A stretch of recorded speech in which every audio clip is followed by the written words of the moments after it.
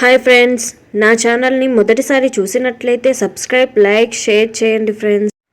కలియుగం ఎప్పుడు ప్రారంభమైంది, ముగింపు ఎప్పుడు అనే విషయం గురించి ఈరోజు తెలుసుకుందాం. పురాణాల ప్రకారం యుగాలు 4. అవి సత్యయుగం, త్రేతాయుగం, ద్వాపరయుగం, కలియుగం. ఇప్పటికీ 3 యుగాలు గడిచాయి. ప్రస్తుతం కలియుగం నడుస్తుంది. ఈ కలియుగం ఎప్పుడు అంతమవుతుంది? మిగతా యుగాలు ఎన్ని సంవత్సరాలు ఉన్నాయి? ఏ యుగంలో ఎవరు పాలించారు? ఇంకా కలియుగం ఎంతకాలం ఉంది? తర్వాత మళ్ళీ ఎలాంటి యుగం వస్తుంది? అసలు కలియుగం ఎప్పుడు ప్రారంభమైంది, ఎప్పుడు అంతమవుతుందో ఈ స్టోరీలో తెలుసుకుందాం. కాలచక్రంలో 3 యుగాలు పరిసమాప్తమయ్యాయని, ప్రస్తుతం కలియుగం నడుస్తుందని పురాణాలు చెబుతున్నాయి. అందుకే శుభకార్యాలు జరిగేటప్పుడు సంకల్పం చెప్పాల్సి వచ్చినప్పుడు కలియుగే ప్రథమ పాండే జంబూద్వీపే భారతవర్షే భారతఖండే అనే పండితులు చదువుతారు. శివ పురాణం ప్రకారం కలియుగం పూర్వశకం 3102 ఫిబ్రవరి 18 అర్ధరాత్రి కలియుగం ప్రారంభమైంది. కలియుగాంతంలో ఆడపిల్లలు 5 ఏళ్లకే రజస్వలం కావడం, 8 ఏళ్లకే పిల్లలు కలిగి ఉండడం, 12 ఏళ్లకే వృద్ధాప్యం బారిన పడడం వంటివి జరుగుతాయని పురాణాలు చెబుతున్నాయి. పురాణాల ప్రకారం సత్యయుగం నుంచి కలియుగానికి చేరుకునేసరికి మానవుల సగటు ఎత్తు, ఆయువు ప్రమాణం, తెలివితేటలు తగ్గుతూ వచ్చాయి. సత్యయుగంలో 1,00,000 సంవత్సరాలు జీవిస్తే త్రేతాయుగానికి 10,000కు చేరుకుంది. వాల్మీకి రామాయణం ప్రకారం రాముడు 11,000 సంవత్సరాలు జీవించాడు. ద్వాపర యుగంలో కృష్ణుడు 125 ఏళ్లు జీవించాడు. కృష్ణుడు మరణంతోనే ద్వాపరయుగం ముగిసి కలియుగం ప్రారంభమైంది. మొదటి యుగంలో ధర్మం 4 పాదాలపై నడిస్తే, రెండవ యుగంలో 3 పాదాలపై, మూడో యుగంలో 2 పాదాలపై నడిచింది. ఇక ప్రస్తుతం నడుస్తున్న కలియుగంలో ధర్మం మెంచి అంటే భూతద్దం పెట్టుకుని వెతకాల్సిందే. సత్యయుగం 4 యుగాలలో మొదటిది సత్యయుగం. దీన్నే కృతయుగం అని కూడా అంటారు. ఈ యుగంలో భగవంతుడు నారాయణుడు లక్ష్మీ సామేతగా భూమిని పరిపాలించాడు. దీని కాల పరిమాణం 17,28,000 సంవత్సరాలు. ఈ యుగంలో ధర్మం 4 పాదాల మీద నడిచిందని శివపురాణం చెబుతుంది. అందుకే ప్రజలు ఎలాంటి బాధలు లేకుండా సుఖ సంతోషాలతో ఉన్నారు. అకాల మరణాలు లేవు. కృతయుగానికి రాజు సూర్యుడు, మంత్రి గురువు. గురువు బంగారానికి అధిపతి కాబట్టి ఎటు చూసిన బంగారు మయమం. ప్రభువు ప్రజల మధ్య ఎలాంటి విభేదం లేకుండా కాలం చక్కగా నడిచింది. నెక్స్ట్ త్రేతాయుగం.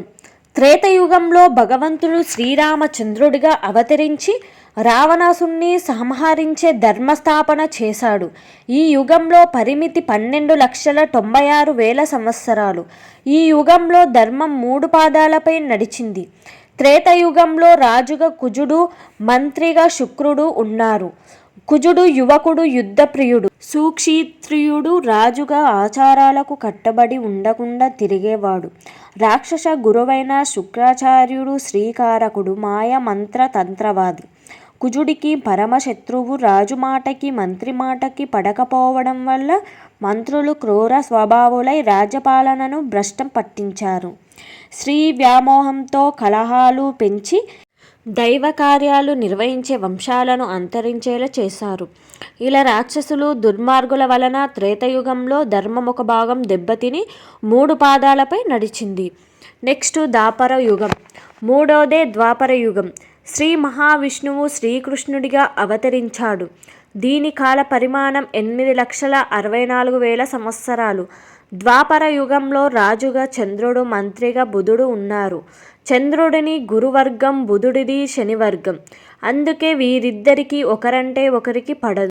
బుధుడు చెడు విద్యలను రాక్షసులకు, దుర్మార్గులకు ఇచ్చి సాధువులకు, సజ్జనులకు, స్త్రీలకు అపకారం చెయ్యమని పురికొల్పుతాడు. దేవత కార్యాలు జరగకుండా అడ్డుపడతాడు. చంద్రుడు సకల విద్య పారగతుడు. రాజులకు సకల విద్యను నేర్పించి దుష్టులను, మాయవులను నాశనం చేయడానికి సహకరిస్తాడు. ఈ విధంగా ద్వాపర యుగంలో ధర్మం 2 భాగాలు నశించి కలియుగం ప్రారంభమైంది. నెక్స్ట్ కలియుగం. 4వది కలియుగం. దీని పరిమితి 4,32,000 సంవత్సరాలు. అందులో సుమారుగా కొన్ని వేల సంవత్సరాలు గడిచిపోయాయి. సూర్య సిద్ధాంతం ప్రకారం కలియుగం పూర్వశకం 3102 ఫిబ్రవరి 18 అర్ధరాత్రి కలియుగం ప్రారంభమైంది. కలియుగానికి రాజు శని, మంత్రులు రాహుకేతువులు. మంత్రులిద్దరికీ ఒకరంటే ఒకరికి పడదు. రాహు శనికి మిత్రుడు. కలియుగం ఆరంభంలో 4 ధర్మశాస్త్రాలు, వాటిని రక్షించే బ్రాహ్మణులను, అగ్రహారాలను, రాజులను నశింపజేస్తూ వచ్చారు. అప్పటి నుంచి క్రూరత్వం, అసత్యం, అప్రమాణం, అధర్మం, అన్యాయం తలెత్తాయి. అవి రుసులు తప్పి వర్ణ సంకరాలు మొదలై దొరలే దొంగలవుతారు. దైవభక్తి దక్కి హింస సిద్ధాంతాలు పెరుగుతాయి. స్త్రీని, ధనాన్ని పొందినవాడే గొప్పవాడని అనుకునే రోజులొస్తాయి. అధర్మం, వర్ణద్వేషాలు, మత విద్వేషాలు పెరుగుతాయి. ఈ యుగంలో మానవుడి సగటు ఆయుష్ 100 ఏళ్ల కన్నా తక్కువే. ఈ కలియుగాంతంలో వయస్సు 12 ఏళ్లకి తగ్గిపోతుందని భగవద్గీతలో ఉంది.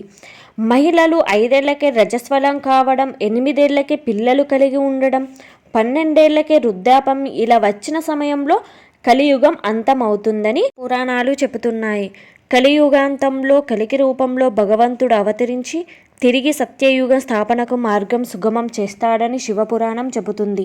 సత్యయుగం ప్రారంభమైనప్పటి నుంచి మళ్ళీ అంతా మంచి జరుగుతుందని పురాణాలు చెబుతున్నాయి.